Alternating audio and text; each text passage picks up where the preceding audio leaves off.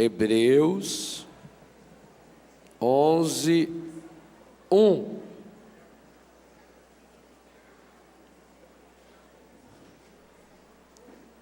A fé é o fundamento da esperança. É uma certeza a respeito do que não se vê. Duas definições de fé carismática nós temos aqui nesse versículo 1. Primeira definição de fé: fé é o fundamento da... Repita, por favor. Fé é o fundamento da esperança.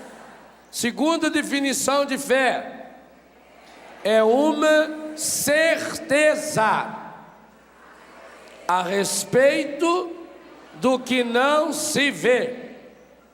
Observem que nessa definição de fé, e aí nós entendemos porque é que Paulo coloca a fé como um dom carismático. Obviamente, essa fé carismática, essa fé apresentada como um carisma, não é o dom da fé que todos nós recebemos no dia do batismo. Não é uma fé teologal, não é uma fé de virtude. Entre as virtudes nós vamos ter a esperança, a caridade e a fé. O que será que tem a mais nessa fé? Que se fosse pura e simplesmente uma virtude teologal, teria que aparecer também na lista carismática de Paulo a esperança e a caridade. E por que não aparece?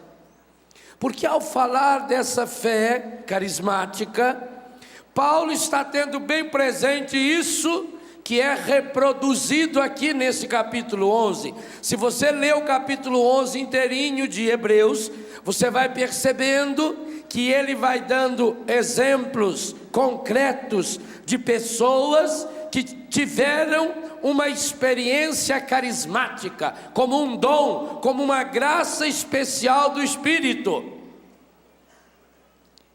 E na definição dessa fé carismática, por quê?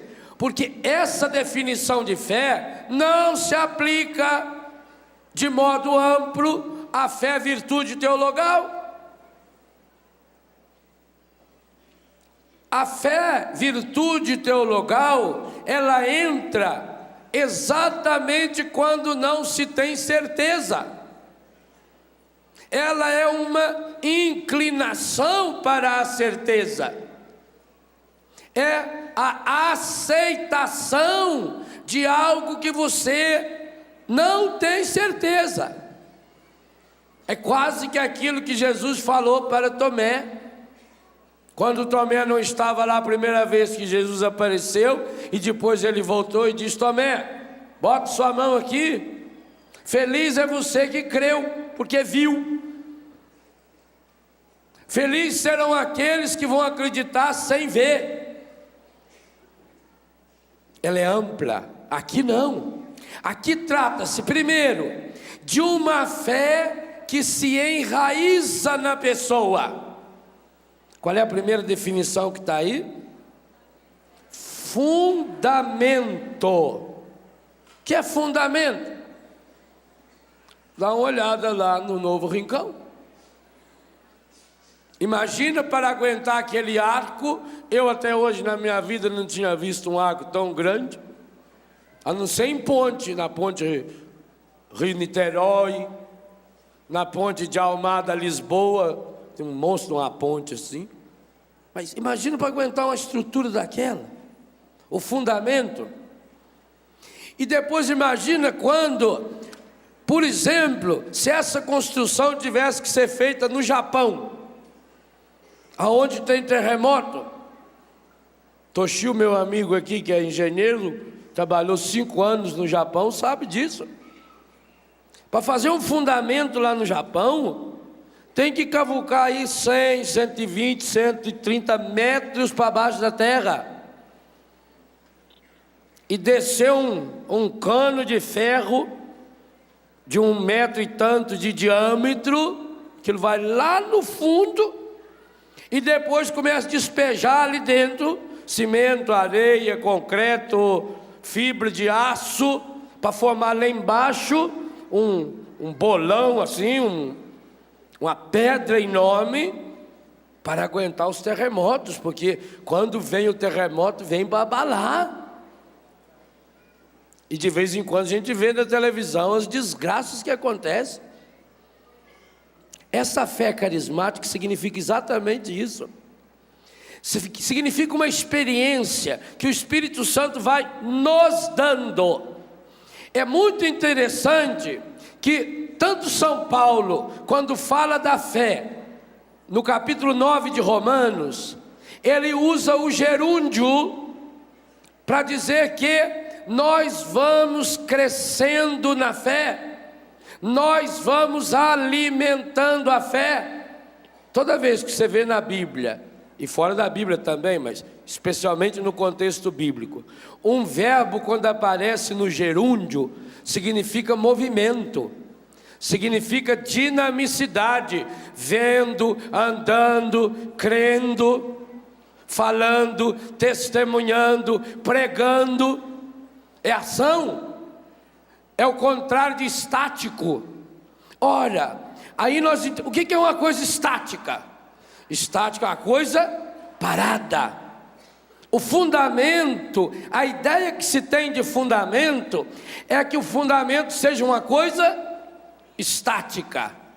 Não, firme ele é, mas não é estático.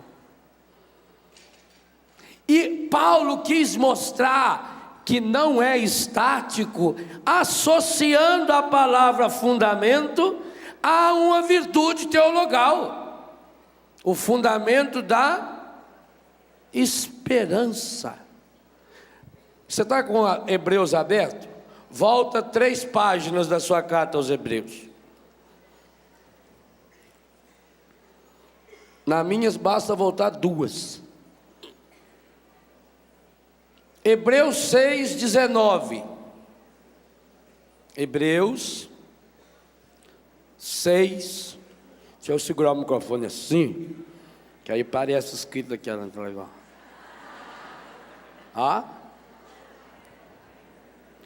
Hebreus 6:19.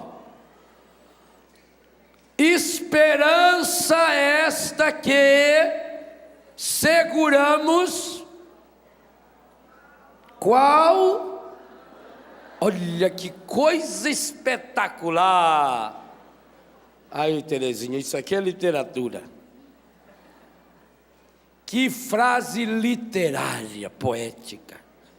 Esperança esta que seguramos, qual? Âncora de nossa alma, firme e sólida, e que penetra até além do véu no santuário, onde Jesus entrou por nós, como precursor, pontífice, aquele que faz ponte, pontífice eterno, segundo a ordem de Melquisedeque. Que definição de esperança! Vê se você acha um livro que define melhor. O único livro que você vai encontrar é livro que nós escrevemos, assim mesmo porque nós repetimos igualzinho está aqui. A esperança esta que seguramos, qual? Âncora da nossa alma. O que é âncora? Âncora pode ser a mais conhecida, né? Âncora é aquele ferro, símbolo até de marinheiro, né? Então, é um tal de cabeça para baixo, meio tortinho aqui embaixo. É um tal que está com os braços erguidos assim, pedindo a misericórdia de Deus. Aonde vai a âncora? Dentro do navio. O navio vai andando para o mar e leva dentro muito menor do que o navio. Tanto que se fosse maior, ela queria carregar o navio, não ao contrário. A não ser que o navio fosse formiga, aí é capaz de carregar algo maior do que ele. A âncora é pequenininha. Você pega um barco aí de uns 4, 5 metros de comprimento, a âncora não pesa, sei lá, 50 quilos talvez, nem isso. Tem uns 80, 90 centímetros por 1 metro, 1,10 m. Como é que algo tão menor, tão mais leve do que o navio inclusive carrega dentro, na hora em que é necessário, o navio joga a âncora, o navio não joga nada, os peões de obra joga a âncora e ela fica fora do navio, e ela cai lá no fundo. Por isso também tem que saber a medida certa, sabe, só de coisa, que aqui não vem ao caso. E joga ela lá, ela então encaixa lá embaixo de uma pedra ou na areia, e o navio fica parado. Âncora é aquilo que segura. Você, quando vai ver que nessas cidades estão abrindo um shopping center, quando eles divulgam o panfleto, agora na cidade, o novo shopping Beira Rio. Em Itajubá tem o shopping Beira Rio, fica lá, fica lá na beira do rio, que vem aquele tanto de lojinha lá, né? O shopping tem as lojas âncoras, são essas lojas grandonas. Âncora, que significa a loja que vai segurar o movimento. Porque se fosse no shopping só para comprar roupa, só iria lá quem está interessado em comprar roupa. Então precisa dessas lojas âncoras que vendem opção de coisas. Vende roupa, vende arroz, vende abobrinha, vende chinelo de dedo, vende velocipe, vende papagaio, vende tudo. Papagaio é aquele que a pessoa está com problema, para você levar para o quarto um papagainho branco assim, para pôr ali do lado da cama, né? Aquele papagainho lá. Vende tudo, porque aí vai a família toda. E aí também já tem a sorveteria para as crianças, o parquinho para a criança brincar. Então, lojas âncora, que são aquelas lojas grandes que acabam segurando a outra.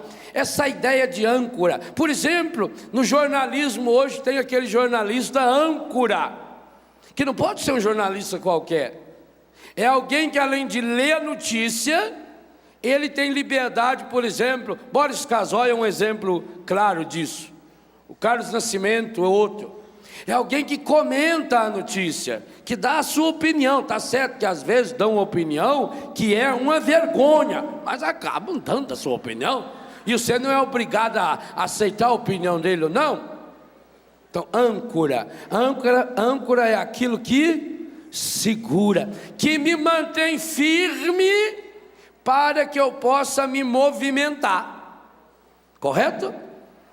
A âncora do supermercado, o supermercado âncora no shopping, é uma loja firme, uma loja sólida, com o objetivo de movimentar.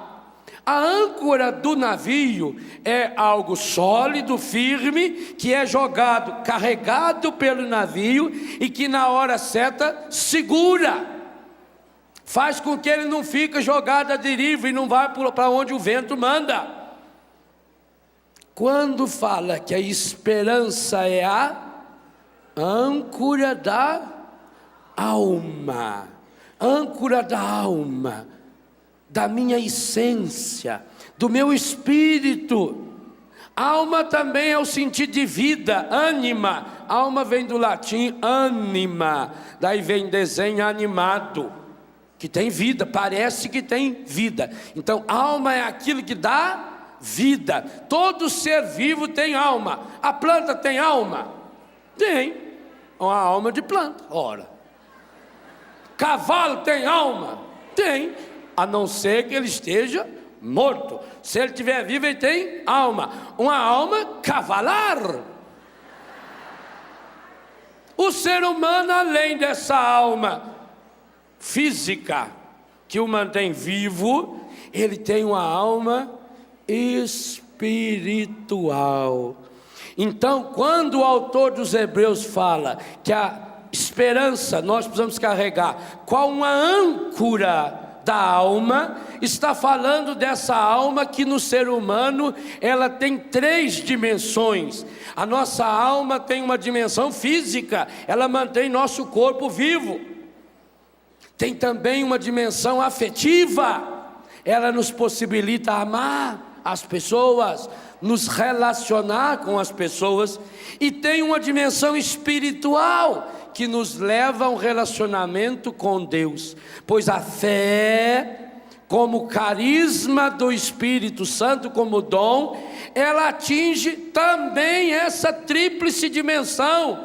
Por isso que, e aí o Padre Jonas, a Mari e a equipe que montou o esquema do acampamento, foi inspirado já nesse esquema. Parece que o lógico seria que o carisma da fé fosse apresentado no primeiro dia, como em muitos esquemas de aprofundamento de oração a gente vê. Parece que a fé tinha que ser o ponto de partida. Não, a fé é ponto de partida, é virtude teologal. A fé carismática é um ponto de chegada, mas só que não é um ponto de chegada estático, que eu paro aqui. Ele é um ponto de chegada dinâmico, porque é do Espírito, dínamos, força, movimento, que me lança para uma nova etapa, que me impulsiona. Por isso diz, a fé é o fundamento é para baixo, aquilo que segura, aquilo que me fortalece. E esse é o primeiro movimento que nós precisamos fazer para alimentar a fé carismática. Eu já vou falar a respeito disso daqui a pouquinho. Então ela é fundamento, é aquilo que vai cavucando até achar algo sólido. Enquanto eu não achar algo sólido, eu não encontro a esperança. E aí vem a decepção e o desespero, que eu falava ontem, que o discernimento é o dom do Espírito que nos protege contra o desespero. Mas Paulo, numa visão espetacular, como homem que experienciou isso e que conhecia, quando ele fala os termos que ele fala, principalmente, preste atenção no que vou dizer, já falei isso com outras palavras outras vezes. Quando São Paulo falar de qualquer tema relacionado à filosofia grega, qualquer tema relacionado ao direito, qualquer tema jurídico em São Paulo, qualquer tema relacionado à lei de Deus, ele está falando como especialista que ele era. Paulo era especialista, conhecia profundamente bem a língua, a cultura e a filosofia grega. Basta você ler, por exemplo, o capítulo 17 de Atos dos Apóstolos, que nós lemos há poucos dias na liturgia, ou a lindíssima carta aos Coríntios. Paulo conhece a fundo a filosofia grega. Paulo conhece a fundo o direito romano, que era o único direito positivo que existia até então. Basta ver o que ele fala na carta aos Romanos, na carta aos Efésios, onde ele usa termos legais. Por exemplo, Paulo gosta de usar o termo penhor, que é um termo jurídico. Quando Paulo fala da lei, tema que abrange praticamente todos os seus escritos, de forma especial o capítulo 8 de Romanos, a carta aos Gálatas, por exemplo, todo o conteúdo cristológico relacionado a Cristo na carta aos Colossenses, Paulo está falando com a precisão de alguém que era doutor da lei, que era fariseu, que era estudado, que conhecia para valer. E na prática de Paulo, há algo que nós sabemos que ele acabou conhecendo muito bem. tudo relacionado à viagem, a movimento, a dinamicidade. Paulo é um homem elétrico, Paulo é um homem que não para. E não para, não só no sentido de que está andando o tempo todo, se movimentando o tempo todo. Ele também não deixa parar internamente o seu coração. E esse é um segredo importantíssimo para quem quer de fato deixar vir à tona os carismas que o Espírito Santo lhe deu. Tanto que todas as vezes que Paulo está preso por cadeias, ele está fazendo algo. Atos 16, ele está preso, pelado, ferido, machucado. Meia-noite, ao invés de estar sentado no canto chorando, ele está de pé, braços erguidos, louvando a Deus. Aí você entende essa dinamicidade do Papa João Paulo II. Da onde vem a força do Papa? Nós já sabemos. O padre que falou ontem retomou hoje. Gente, todo mundo está falando que está na hora do Papa aposentar, né? Coitado, devia renunciar. Não falam isso? É cansativo. Parece, o encardido deve ter uma raiva dele medonha. Se ele não tem força para andar, ele vai sentado na cadeira, eles empurram ele. Se ele aguenta ficar em pé, ele segura naquele negocinho e vai indo, segura numa mão e vai na outra e vai. Aí um homem, no dia que faz 84 anos, lança um livro, 500 mil exemplares na primeira edição italiana. Sabe o que é isso? 500 mil exemplares. Só na edição italiana, em português está chegando agora. E o nome do livro? Um imperativo afirmativo. Levantai-vos! Com exclamação. Vamos! Eu tenho delírios de alegria interior quando vejo um trem desse. Quando você abre o Estadão, a Folha, o Globo, e eles são obrigados a mostrar lá assim um pedacinho da capa, o Papa convidando o mundo, levantai. Convidando não, imperativo nós já sabemos o que é. É ordem, é categórico. Levantai-vos, para dizer que é plural. E por isso que nós sabemos que é imperativo. Vamos, plural, ele está convidando-nos. Ele está convidando cada um. Inclusive, no Brasil só não... Vejam, quando eu insisto, e o padre insistiu também, em a gente olhar em que tempo verbal está escrito uma ordem bíblica, isso é muito importante. A editora brasileira é uma editora normal, não é editora católica, que conseguiu os direitos de tradução desse livro, iria lançar aqui no Brasil no mesmo dia, dia 19 de maio, em homenagem ao aniversário do Eto e também do Papa, que é a mesma data. Então, ia lançar nesse dia. Por que não lançou? Porque o revisor editorial achou que ficaria mais bonito o título Levanta-te, vamos. E quando mandaram lá para ele no Vaticano, ele olhou. Levanta, isso aí qualquer um pode fazer. Até para um bêbado você fala, vamos, levanta, vai, anda. Até para uma mula sua que está carregando peso e ela não quer levantar, você cutuca, ela fala, levanta, vamos. Mete a espora nela. É um conselhozinho, levanta-te. Não, pode fazer a edição todinha de novo. Não foi esse o título que eu dei. E fez fazer, por isso que não saiu ainda, por isso que, talvez agora tenha saído. Por isso que atrasou. Eles queriam lançar junto e perderam muito livro por isso. Quem manda ser besta? Exceto pensa que o Papa escreve essas coisas e outra, ele escreve com a mão dele. Não é alguém que escreveu para ele, ele olhou e falou assim, não pensa que é livro psicografado, não. É ele que escreveu.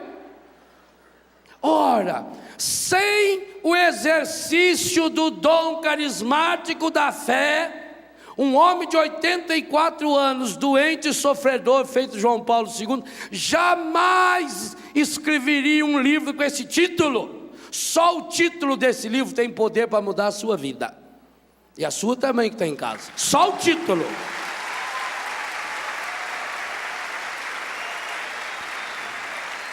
E é muito interessante que aquele outro livro do João Paulo que ficou famoso era Vencendo o Limiar, gerúndio, vencendo, movimento, vencendo o limiar da esperança.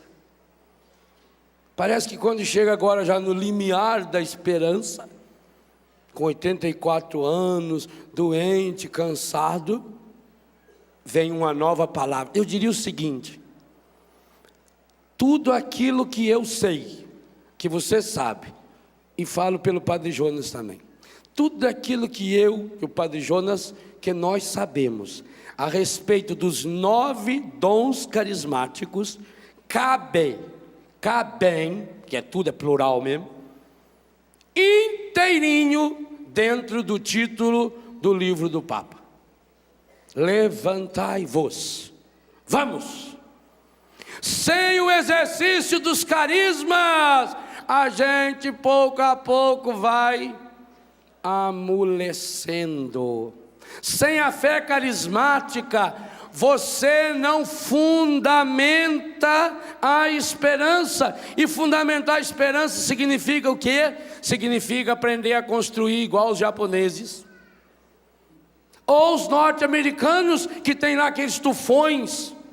Por isso constroem prédios lindos e maravilhosos em madeira, porque a hora que vem um vento daquele leva só o que está para fora. Eu preciso aprofundar, fundamentar é achar aquela parte sólida. Eu citei aqui no primeiro dia, na primeira noite desse acampamento, a pedra que nós, quando vamos a Israel, encontramos em tantos lugares distintos. E a Terezinha, inclusive, me falou uma coisa, que no dicionário hebraico e inglês, Simão não é traduzido como nós falamos aqui. O que nós falamos que era Simão mesmo? Uma coisa mole. E nós citávamos o exemplo de uma vara. Ela disse que lá no hebraico e inglês está areia movediça. E é muito interessante, pois a areia é a mesma matéria da pedra. E é interessantíssimo porque dá a ideia o seguinte: Pedro era uma areia movediça, portanto ele já tinha todos os elementos humanos para ser pedra, percebe? Só faltava de fato, e ele encontrou, esse encontro pessoal com Jesus. E mais bonito ainda, e aí a gente entende melhor o evangelho que deu abertura a esse acampamento, não foi de uma hora para outra. Não foi o fato de Pedro já ser o chefe dos apóstolos, ser papa, que já o transformou ipso facto, de uma hora para outra, numa rocha. Muitas vezes eu citava aqui que tem coordenador que depois que deixa o cargo não volta mais no grupo. Muitas vezes nós padres, nós que já temos uma longa caminhada dentro da renovação, coordenadores, servos, achamos que porque um dia nós fomos pedra, nunca mais nós vamos nos esfarelar. E aí a gente vai amolecendo. Água mole em pedra dura, e antes de furar, amolece. Senão não fura. Aquela pedra que vai amolecendo, feito pedra que fica dentro da água, feito pedra sabão, que é fácil de trabalhar. Tem pedra que você esmigalha com a mão, porque ela não chegou ainda aquele processo de dureza. Quando Jesus foi visitar Pedro lá na praia, o Pedro estava voltando a ser areia movediça, areia cheia de água, e é movediça porque não acha o fundamento. Por isso que quanto mais a pessoa se agita, ela vai afundando, afundando. Foi preciso que Jesus chegasse. Ele é a rocha, Ele é a pedra que os construtores rejeitaram, e que é a pedra angular, não só fundamento, mas que dá o ângulo, que dá a direção da construção. Ao falar que a fé é o fundamento da esperança, significa dizer que na minha vida e na sua vida também, muitas e muitas vezes, muitos acontecimentos inesperados ou até previstos. Há coisa na nossa vida que não é esperada, mas é prevista. Você jamais espera que um filho seu se torne um viciado de droga, mas é previsto que pela vida que ele está levando, pela ausência de Deus, porque você não deu Deus para ele, não deu limites para ele, não ensinou o caminho certo, embora não seja desejável, é previsto que ele vai cair lá no fundo do poço. Não é assim? Muitas coisas, eu falo isso no livro A Cura do Ressentimento, muitas coisas que não são desejadas são previsíveis, não precisa ser visionário para isso, basta constatar. Então, infelizmente, o que vai acontecendo conosco, nós vamos amolecendo, porque nós vamos nos afastando do fundamento, e o fundamento pode ser muito firme, mas se não tiver ligações profundas, entrelaçadas. Na construção civil também usa-se a palavra âncora, que é em forma de T ou de L, que põe na ponta do cabo do aço para entrelaçar. Ou aquilo bem simplesinho que você vê numa construção, quando faz a ferragem, para emendar as paredes. O povo simples do interior, quando fazia casa de pau a pique, já entendia disso. Antes de fazer a casa de barro, colocava primeiro aqueles paus. O pau maior com os furos, aí atravessava ali uns paus menores, aí depois amarrava com imbira o bambu, e aí ia jogando barro, porque senão o barro cairia, e depois fazia a cobertura de sapê, inclusive torna a casa muito agradável. Aquele calor imenso, você entra numa casinha daquela, de pau a pique, com cobertura de sapé, com chão de terra, pintada de barro, tabatinga, escolhe aquela tabatinga branca, tabatinga só para ser branca, né? Tinga é branco, mas tem também tabatinga amarela. Se tem azulejo verde, por que não pode ter tabatinga azul? Né? Não fala azulejo, azulejo é azul. Ah, eu pus um azulejo branco, então é branco-lejo, né, azulejo? A tabatinga também, então tem tabatinga cor-de-rosa, tem tabatinga verde, amarelada. Quer dizer, eles já sabiam que precisa ter algo que fundamente, algo em que se segurar. Mas vejam bem, ao falar lá no capítulo 6:19, nessa esperança como âncora, está dizendo que eu preciso de algo firme, de algo sólido, de algo que me fundamente, mas algo que seja dinâmico. E por que dinâmico? Porque nós crescemos, e aqui está uma coisa muito importante para a visão da fé carismática. Deus criou o mundo perfeito, mas não criou o mundo pronto. Preste atenção na frase que eu estou falando. Esquece aqui que já tem gente cuidando.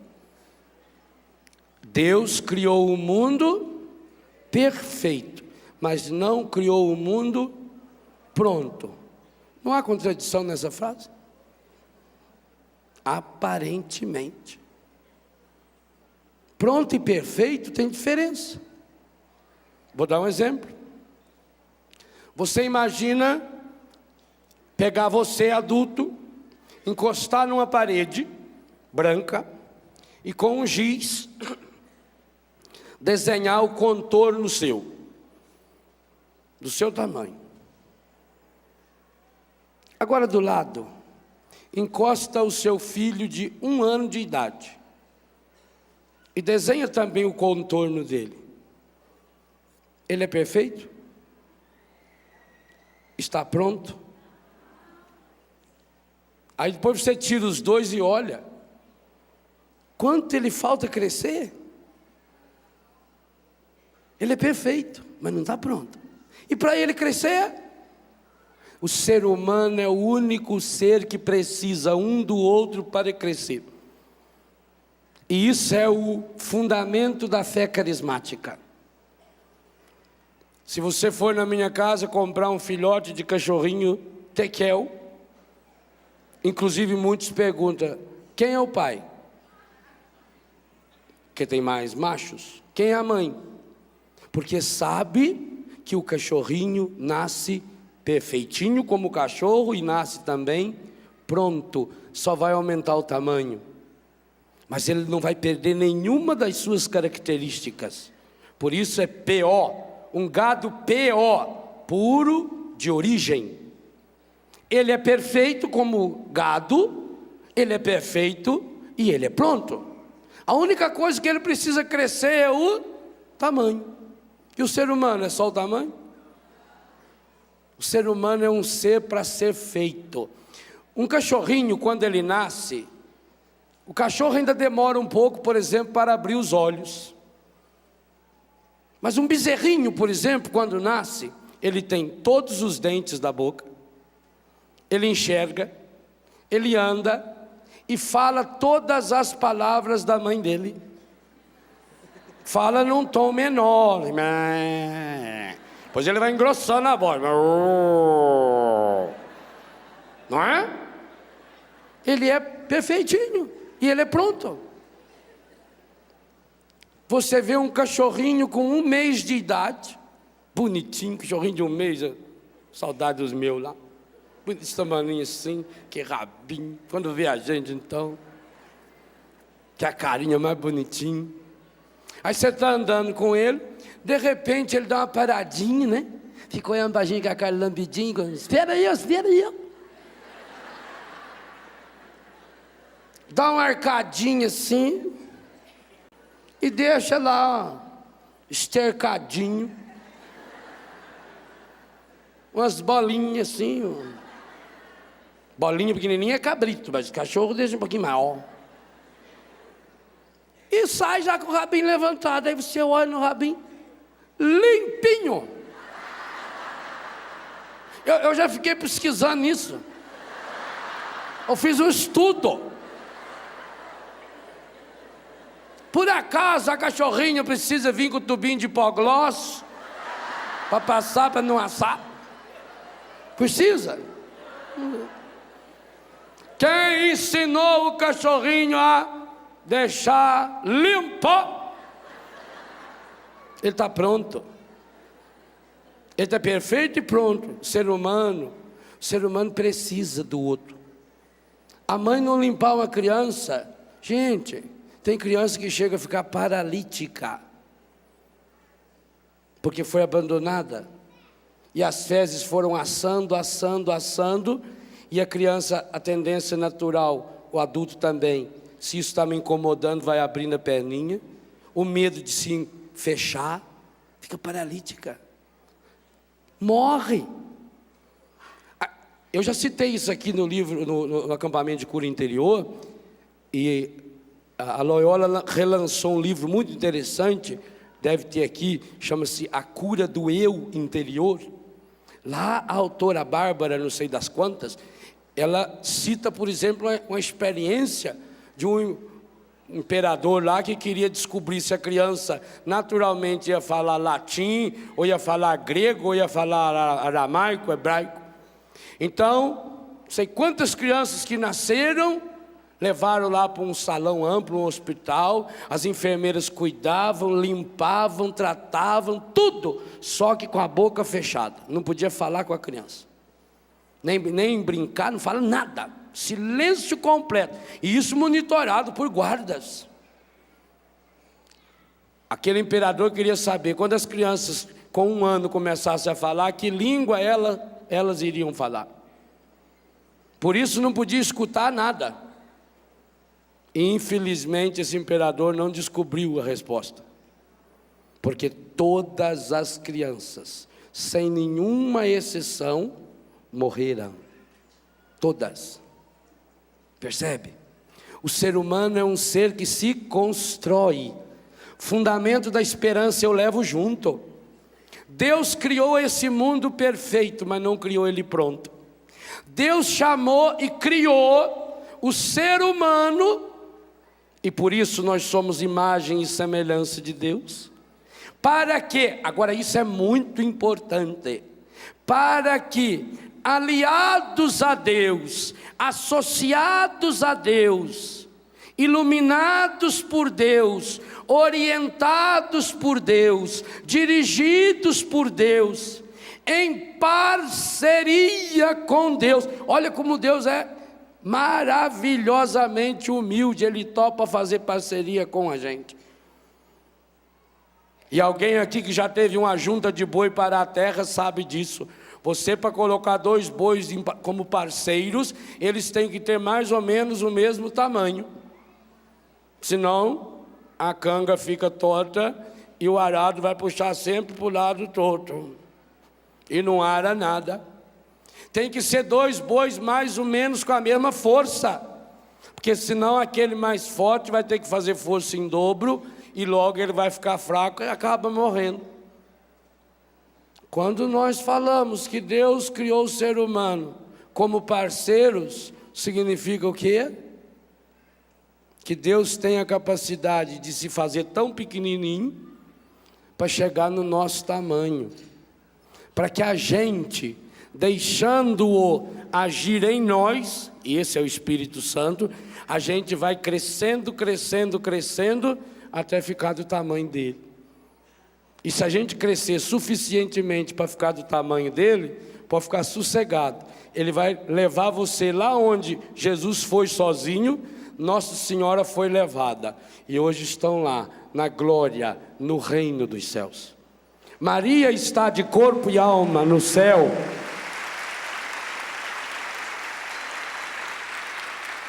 Porque pela fé carismática, e aqui eu seria capaz de fazer uma pregação de algumas horas só sobre a fé carismática de Nossa Senhora. Infelizmente não dá tempo. Maria, porque deixou-se conduzir pelo Espírito em todas as situações de sua vida, e por isso ela foi, continua sendo e é o mais poderoso instrumento de Deus para o uso dos carismas. Observem isso na prática. Esse ano comemora-se 100 anos da coroação de Maria como rainha e padroeira do Brasil, e o Papa deu como presente aqueles e aquelas que forem à Aparecida, ou depois os bispos vão nomear outras igrejas dedicadas a Nossa Senhora, poderão receber indulgência plenária. É uma graça isso. Quem puder tem que ir. E quando for à Aparecida, dá uma visitadinha rápida na Sala dos Milagres, tema que nós vamos falar hoje à tarde. Em Fátima, gente, Fátima é um milagre ambulante. A primeira coisa que você tem quando chega em Fátima é uma decepção profunda. Diz, mas tudo isso aqui é Fátima? É uma capelinha das aparições. A capelinha, eu acho que é menor que esse palco. Cabe menos gente do que em cima desse palco. O grande santuário, quantas pessoas cabem no santuário de Fátima? Sentadas, 500 pessoas. Não mais do que 500 pessoas. Fátima, o altar do mundo, aonde vai 7, 8 milhões de peregrinos todos os anos. Mas não é tão simples, tão pequena. Agora que o reitor está fazendo um grande projeto para fazer uma igreja tão grande, que inclusive, quando eu estive lá recentemente, Um dos jornais de Portugal fazia uma séria crítica para que uma igreja enorme daquele jeito. É uma igreja que vai caber 8.000 pessoas. 8.000 cabe aqui dentro do rincão, confortavelmente. Por isso está fazendo aí para 10 vezes mais. Percebem? E no entanto você vê, por se fazer tão pequena, olha a imagem de Aparecido, gente, arrebentada. Por isso que Betânia nasceu no dia 12. Juridicamente, Betânia nasceu no dia 14 de março. Nós só fomos oficializar a fundação de Betânia 12 de outubro, por causa de Nossa Senhora. E por causa de Nossa Senhora Aparecida. Porque aquilo que nós queríamos e que Deus queria para a nossa comunidade, o retrato mais fiel era Nossa Senhora. Achada no lodo, quebrada, separada do corpo, suja, fedendo mofo. E ainda há 20 anos atrás foi completamente quebrada em 156 pedaços. Quando Deus me inspirou Betânia, eu disse, tem que ser no dia de Nossa Senhora. Porque nós também vamos ser esses pescadores para jogar a rede, para catar as imagens de Deus, feito Maria, que estão quebrados, jogados nas águas sujas, poluídas e estragadas da prostituição, da droga, do sofrimento, e vamos tentar ajudá-los a restaurar. Por isso Nossa Senhora Aparecida é a mãe de Betânia. Observe os milagres. Nós estamos em Fátima, as conversões profundas. A gente vê até aqui no Brasil, os homens parece que ficam controlando a emoção. E na hora de rezar em línguas, manda rezar em línguas. Hoje nós vamos terminar com a oração em línguas. Laércio, por favor, você já vai treinando. Porque eu quero primeiro ouvir um coro de oração em línguas só dos homens. Porque quando a gente escuta, só escuta mulher rezando em línguas. E vou dizer uma coisa aos 6 homens, hein? Principalmente os mais safados sem vergonha. Se você não aprender a rezar em línguas, você está completamente perdido. Porque a grande maioria dos homens já estão laçados, amarrados, estraçalhados pelo encardido e ainda acham que são os tais, porque falta-lhes a fé carismática. A fé carismática me leva, ou leva-me, tanto faz, a conscientemente descobrir, eu fui chamado a ser parceiro de Deus. Deus é meu parceiro. Deus não criou um mundo pronto, acabado. Ele me chama a ajudar a acabar, a ajudar a planificar essa criação. Por isso que a criação geme e chora feito dores de parto. Para isso eu preciso perder a autossuficiência. Nós homens somos treinados para a autossuficiência. Eu sou eu. Oh, meu Deus. Quanto mais rígido uma coluna, na hora que cair, pior é o estrago. É preciso ser maleável. E todo mundo que choca, sofre. Olha na sua boca, dente é duro, firme. A língua é molinha.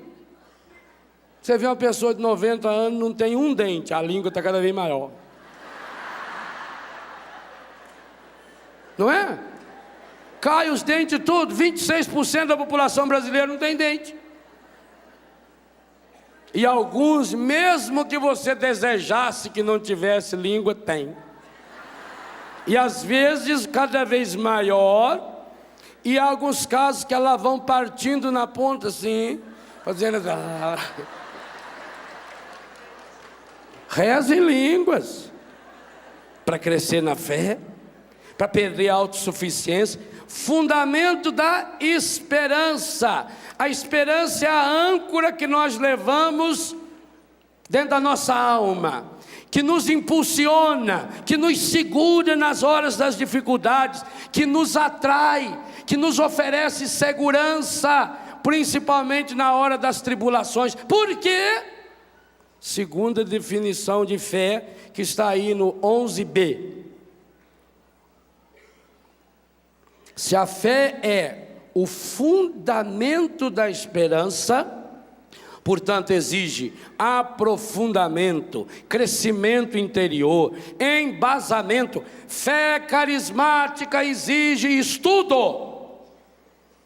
A fé é virtude teologal. Mesmo uma pessoa sem estudar a sua fé, ela recebeu esse dom. Os dons de Deus são irrevogáveis, Romanos 11, 29. Mas a fé carismática não. A fé carismática, ela é fruto de estudo.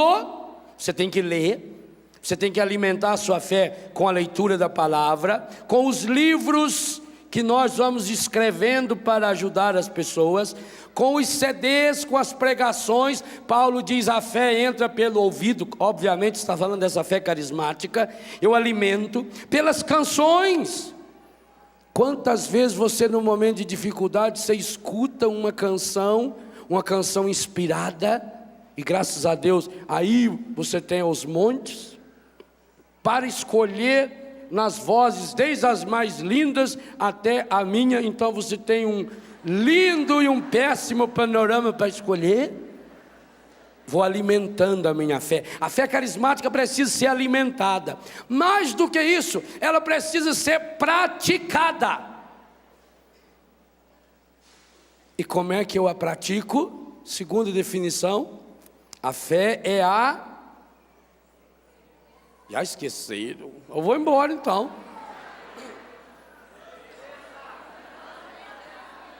A âncora é a esperança. A fé é o fundamento é para baixo. Aprofundá-la, por isso precisa de estudo, precisa de oração, precisa de calo no joelho. E a segunda definição de Paulo é a... Veja, ele não fala que é uma das possibilidades, ele diz é a certeza. Certeza é imperativo, é absoluto. A respeito daquilo que não se... Olha, como é que eu posso ter certeza absoluta a respeito daquilo que não se vê? Sabedoria, profecia, ciência e discernimento. Esses 4 carismas nos fazem enxergar lá. Eu dizia ontem, o discernimento, você vê a casca. O que você não vê é o cerne. Então vem uma palavra de profecia. Por exemplo, essa grande profecia que nós precisamos tomar como uma profecia de fato.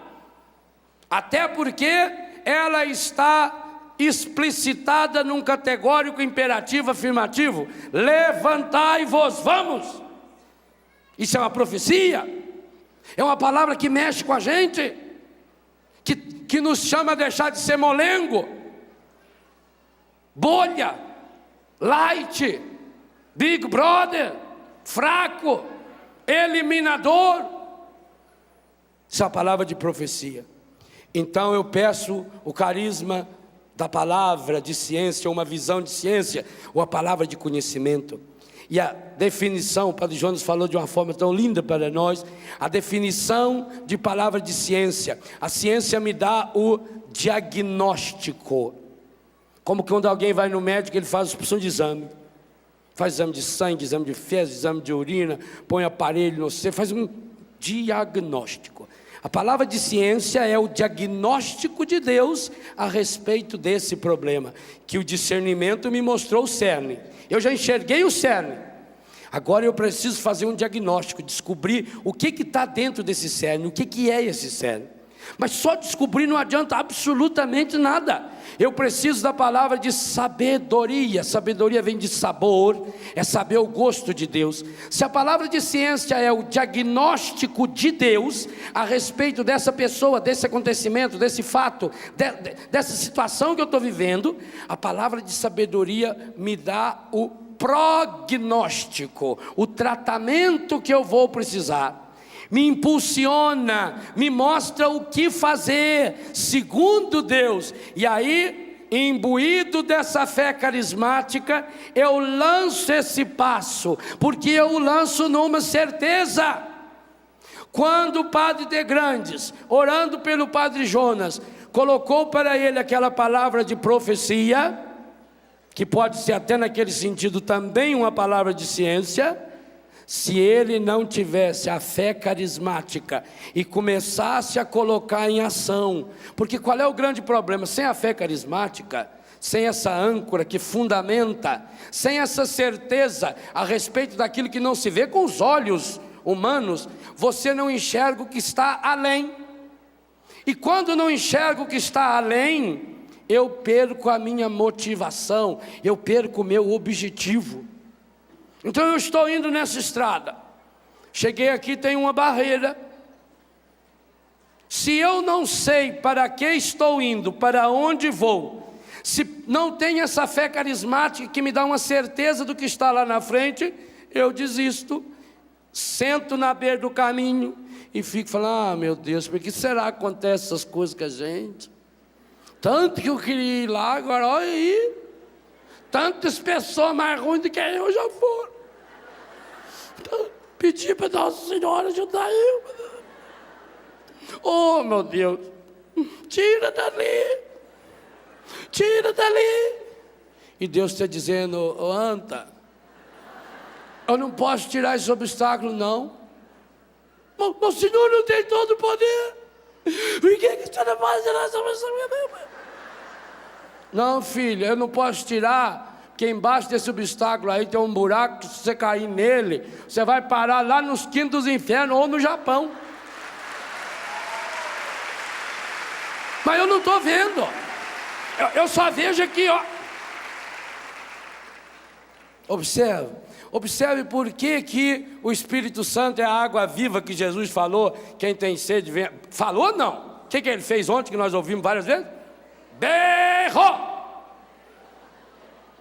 Quem tem sede, vem a mim e beba.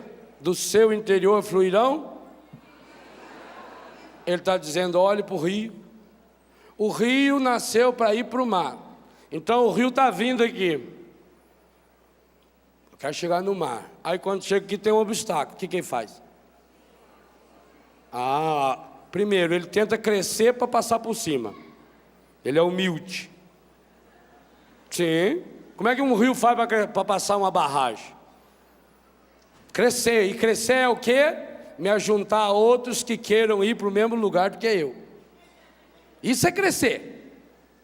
O único jeito de crescer. Por isso que nós falamos de comunidade. Então eu vou esperando, com calma, paciência, vou esperando, vai chegando outro, vai chegando, e nós vamos indo, estão olhando, falta 3 metros ainda, e nós estamos subindo, passa por cima. Não dá de passar por cima, não tem jeito, vamos tentar cavucar um buraquinho por baixo. Por isso que o rio vai cavucando, por isso que você vê aquelas áreas alagadas, é porque ele achou obstáculo lá, ele vai se espalhando, e vai chegar lá. Ou senão ele tenta contornar. Por isso que o rio faz curva. Ele vai contornando, vai procurando lugar mais baixo, caminho mais fácil. Porque lá na frente ele sabe. É isso que nos falta. O ser humano moderno perdeu a esperança. E aí já direciona para o que nós vamos meditar na missa hoje, quando eu falar sobre o carisma dos milagres. E a partir dele quero retomar todos os outros carismas desse acampamento. Aí nós entendemos a força do milagre. A força do milagre é impossível sem essa fé carismática, que me faz enxergar o que está do outro lado. Agora, para eu poder enxergar do outro lado, eu vou ficar imaginando? Já sei que eu não posso, o Padre Jonas falou hoje de novo, não posso consultar a mãe de Ná, que ela é de nada. Não posso ir ver horóscopo. Então o que eu vou fazer? Como é que eu faço para ver o que está lá do outro lado? Imagine que a senhora vai, o senhor, levar o Juninho, aquele pimpolho maravilhoso, que nasceu com a vocação de fazer a mãe passar vergonha. Vai ver o desfile lá, o militar. Ele quer ver a irmãzinha marchando. E a irmãzinha também quer ver lá, fica olhando assim. Ela pensa que é só ela que está marchando, né? E alguns marcham que é só ele mesmo. Todos os 500 alunos estão batendo no pé esquerdo e ele está lá. Então ele quer ver a irmãzinha dele. Só que ele, a exemplo de Zaqueu, ele é muito baixinho. Ele só vê o joelho da turma. Nossa, cada joelho que tem aqui. Ele vai embora.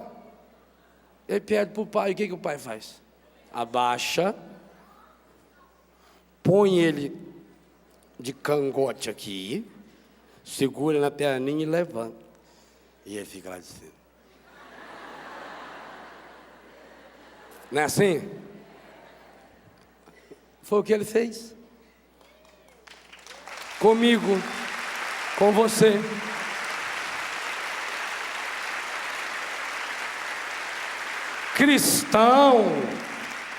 Cristão não tem a menor chance de dizer não sei o que vai acontecer. Cristão já sabe. Você já sabe o final. Ele mostrou. Inclusive abriu os 2 braços que é para você não cair. Segurou firme. E lá de cima, por isso que ele, domingo passado, ele sobe a montanha, cercada só do que não prestava. O lugar aonde Jesus subiu ao Pai, aquele monte que fica entre oliveiras, perto de Betânia, aquilo é cercado só pelo que não presta. Cemitério, Betânia é uma colônia de leprosos, o deserto da Judéia, lá embaixo é o Mar Morto, a antiga Sodoma e Gomorra está lá abaixo, e aqui o pedaço de Jerusalém onde Jesus tinha morrido, e o resto é cemitério. O horizonte é medonho. Se os apóstolos olhassem para baixo, eles iam sair correndo ali. Por isso Jesus aponta a meta. Colossenses 3, buscai as coisas do alto.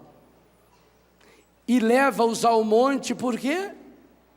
Porque do monte eles enxergam além do deserto, além do cemitério, além da colônia de leprosos, além da opressão de Jerusalém que foi para ele. Enxerga lá na frente. Você não tem desculpa. E outra, não tem desculpa, porque Ele nos deu o Espírito Santo como dom, como carisma, um dom irrevogável. Não pense que porque você andou cometendo uns pecados bárbaros, porque você não reza, porque você fez isso ou aquilo, você perdeu os dons. Não, os dons de Deus são irrevogáveis. O que está acontecendo é que você está com a grelha entupida e não passa água. O que está acontecendo é que você está olhando demais para si mesmo pela autossuficiência e não está se lançando em Deus. E aí o Espírito Santo não tem, porque ele não pode forçar você, não tem como impulsionar você para enxergando aquilo que os outros não estão enxergando. Então quando o Padre Jonas recebeu aquela palavra de profecia, que foi também uma palavra de ciência, ele teve a graça de Deus de saborear, já iniciava aí o seu carisma de sabedoria, e saboreando essa profecia, tomou posse e lançou-se na fé. Ontem ele não fez isso aqui, pôr na cara dele a tapa para passar vergonha para o mundo inteiro, dizendo que já tem 110%, quando falta 20% ainda por 100%. Entende como é que essa história vem sendo construída nesses anos todos? É passos na fé, mas não essa fé humana. Essa fé de quem eu passei a acreditar porque eu vi. Não, é a fé que me impulsiona quando eu não vejo, porque eu não vejo obstáculo. Eu estou vendo lá na frente. E só enxerga lá na frente quem tem o Espírito de Jesus. Por isso Jesus deu o Espírito, por isso Jesus derramou o Espírito, por isso a igreja está reunida e Maria está lá, como estava ontem conosco e vai estar hoje. Maria presente em Pentecostes, para dizer isso mesmo, meus filhos, vão em frente, olha lá os horizontes, olha as dificuldades, mas olha além das dificuldades, olha além dos problemas. Nós precisamos aprofundar, meus irmãos, porque São João escreveu na sua primeira carta, no capítulo 5, versículo 4 e 5, a A única força capaz de vencer esse mundo é a fé carismática. É essa fé dom que o Espírito Santo nos dá. E é isso que nós queremos pedir agora. Nós precisamos dessa fé. Essa fé que fundamente a nossa esperança. Essa fé que torne-se em nós a certeza a respeito daquilo que não se vê. Olha para você, meu irmão, olha para você, minha irmã. Olha para os problemas que você está vivendo hoje e que nós queremos colocá-los no altar do Senhor hoje à tarde na Santa Missa. Hoje nós queremos experienciar milagres aqui nesse rincão, mas você também em casa, no seu carro, você que está deitado nessa cama. E eu queria que de agora, até quando fosse começar a missa, mesmo comendo, descansando, conversando, que o seu coração pudesse continuamente estar rezando: aumenta a minha fé, enche o meu coração com essa fé carismática, para que eu tenha essa certeza a respeito daquilo que não se enxerga.